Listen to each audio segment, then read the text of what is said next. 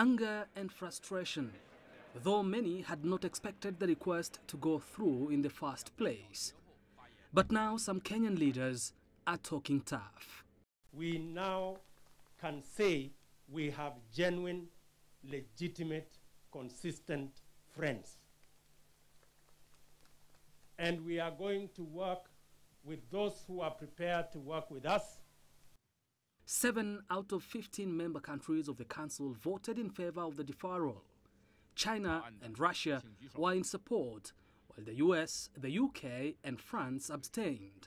The resolution needed 9 votes in favor and no vetoes by any of the 5 permanent members, which include China, Russia, the UK, US and France. They call themselves superpowers. Don't abstain. You don't become cowards. Don't become cowards. Say we oppose deferral.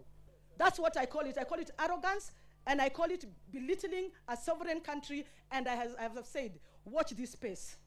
We are going to go back to the drawing board and decide who we are going to work with as a sovereign country.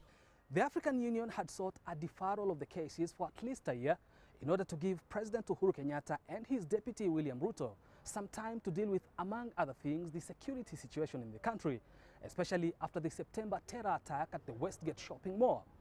Representatives from the 8 nations abstaining from the Security Council vote, however, argue that the rule permitting a trial delay only relates to issues of international peace and security, which do not apply in this case.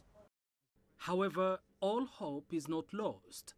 The 8 nations still hope discussions over the trials will continue when a meeting of the state parties to the International Criminal Court kicks off this coming week. A promise was made that at the Assembly of State Parties, which begins in a few days, right, all the issues that we had put on the table would be taken care of. So now, those that abstained must keep their word. And we're waiting to see whether they'll keep their word or not.